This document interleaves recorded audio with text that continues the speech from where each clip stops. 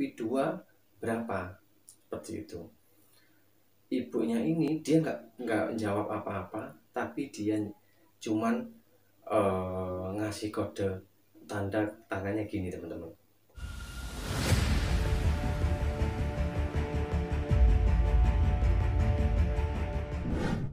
Oke, selamat malam. Assalamualaikum warahmatullahi wabarakatuh. Selamat datang lagi di channel Awaza Official, channelnya cerita misteri. Baik teman-teman sekalian, untuk cerita misteri kali ini datangnya dari saudara saya, namanya Sofyan. Jadi Sofyan ini dia menceritakan pengalaman pribadinya waktu dia touring bersama teman-temannya. Jadi ceritanya bermula dari perkumpulan bikers ya teman-temannya. Jadi Sofyan ini dia punya perkumpulan bikers, atau bisa dibilang apa ya, banyak sekali motor-motor. Jadi ada beberapa motor yang sering apa ya, jelajah tempat teman-teman ya.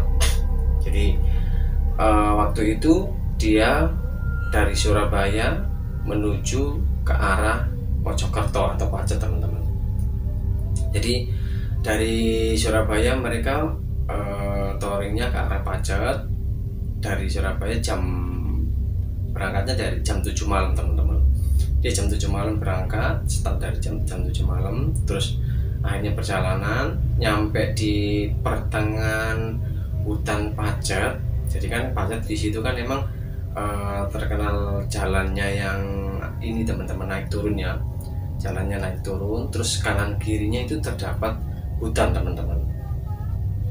Jadi hutan kanan kiri. Katakan Sofyan ini dia bersama 4 orang rekannya, namanya yang satunya itu Rokin, dan yang 2 ini bernama Hadi sama Jamron. Jadi dia 4 orang teman-teman. Nah setelah nyampe perjalanan di tengah jalan itu kan di sana setengah 9 malam teman-teman. Di sana setengah 9 malam. Kemudian karena mereka sudah ngantuk ya, jadi dia akhirnya si Sofyan ini sama si Hadi tadi dia ngasih info, nanti kalau ada warung berhenti ya, kita ngopi sebentar, katanya seperti itu. Akhirnya karena itu sudah setengah 9 malam, nah kebetulan di kiri jalan itu ada sebuah warung yang masih buka teman-teman. Ada sebuah warung masih buka. Cuman kan kalau warung di tengah hutan seperti itu dia cuman menggunakan lampu-lampu yang dari minyak itu teman-teman. Jadi lampu apa ya namanya, lampu teplok teman-teman, lampu teplok yang kecil itu yang terbuat yang apa isinya itu bahan bakarnya dari minyak gas itu teman-teman. Nah dia berdua, yang 2 orang temannya tadi masih di belakang teman-teman, masih di belakang. Si Sofyan ini sama Hadi teman-teman, dia sama Hadi, kemudian parkirlah di pinggir jalan, terus dia naik ke arah warung tadi. Nah di sana ternyata teman-teman itu sudah ramai teman-teman, yang ada sekitar 6-7 orang yang ngopi di situ. Tapi anehnya teman-teman ya, yang ngopi di sana itu sepi. Maksudnya gini, mereka tidak ngobrol satu sama lain, diam-diam. Jadi mereka cuman kayak tatapan mata kosong teman-teman. Jadi ya mereka ngopi, cuman dia tatapannya ke depan dengan kosong seperti ini. Seperti itu. Jadi tatapannya kosong. Biasanya kalau di warung kopi kan pasti ada yang bercanda, kemudian ada yang teriak. Itu tidak teman-teman. Jadi mereka cuman diam. Mereka seperti itu. Akhirnya Sofyan ini ngomong sama si Hadi ini, kamu nggak curiga ya? Ini kok orang-orang kok sepertinya ada yang aneh ya, seperti itu. Ada yang aneh, kemudian nggak ada yang ngomong, seperti itu. selang beberapa menit kemudian si Sofyan ini mau bayar kopinya ini tadi teman-teman, mau bayar kopinya ini.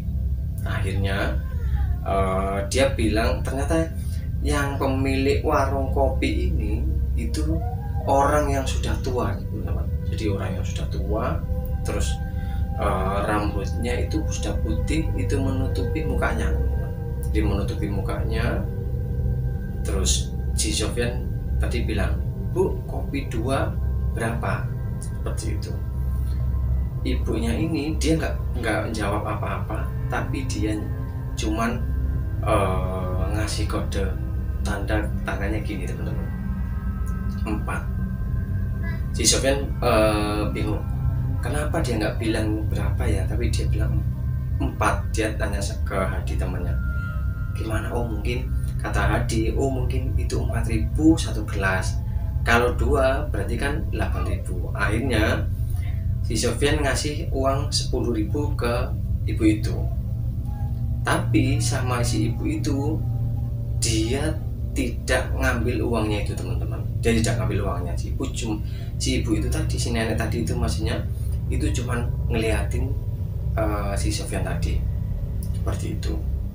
Nah akhirnya si Sofyan bilang, kenapa kok gak diambil uangnya?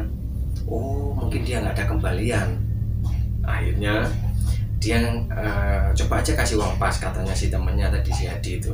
Akhirnya dia ngambil uang 4.000-an, 8.000 berarti dia kasihkan ke nenek itu. Nah akhirnya nenek itu dia mengambil uang tadi teman-teman.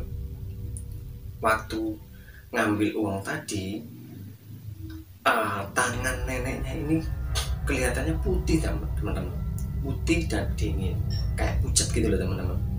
Kan kalau kayak orang kayak kayak mayat seperti itu. Jadi tangannya putih terus dingin seperti itu. Tapi karena Sofyan mungkin gini, wah biarlah, nggak berpikir yang aneh-aneh seperti itu. Akhirnya diambillah uang tadi. Nah selang beberapa menit itu temennya yang 2 orang tadi itu yang nyusul dari belakang itu tiba di situ, cuman di pinggir jalan dia teriak-teriak, "Woi, ayo cepetan, ayo sudah malam nih." Yang temannya yang 2 orang tadi itu. Terus akhirnya si Sofyan sama Hadi ini akhirnya dia balik teman-teman. Dia balik terus ngobrol sama temannya yang tadi, yang 2 orang tadi. "Tuh kamu lama sekali di situ. Tuh kamu ngapain duduk-duduk di pohon, di bawah pohon itu?" "Hah? Bawah pohon? Kami ngopi. Barusan ngopi itu." "Enggak, aku panggil-panggil kamu itu duduk-duduk di bawah pohon." Jadi di bawah pohon itu ada pohon tumbang teman-teman. Jadi kelihatan dari temannya tadi, si Sofyan ini dia nggak ngopi, tapi duduk-duduk di bawah pohon berdua sambil ngobrol berdua. "Loh, aku dari tadi tuh manggilin kamu, ngapain kalian duduk-duduk di situ? Ngapain duduk berdua di situ?" Seperti itu teman-teman. Karena ya sudah kalau gitu. Akhirnya karena sudah malam dan mereka bercampur takut sama penasaran, akhirnya mereka pulang, meneruskan perjalanan. Akhirnya sampailah mereka di base campnya Pacet sana, di Pacet. Nah keesokan paginya itu ternyata si temennya si Hadi ini dia punya kakek, dan kakeknya ini dia kebetulan orang pintar teman-teman, kakeknya si Hadi ini. Nah akhirnya si Hadi bilang, "Kita kan tadi malam barusan merasakan hal-hal yang aneh, coba nanti kita tanyakan aja ya ke kakekku, karena kakekku biasanya dia ini ngerti." "Oh gitu ya, gak apa-apa." Akhirnya mereka ke rumah kakeknya si Hadi ini. Nah terus sampai di rumah kakeknya si Hadi ini, nggak boleh masuk teman-teman, kalian jangan masuk dulu, kalian mandi dulu. Akhirnya mereka berdua mandi, terus masuk ke rumah kakeknya itu. Terus duduklah mereka di ruang tamu. Terus mereka ngobrol, terus si Sofyan tadi menceritakan kejadian yang tadi malam yang dia ngopi, terus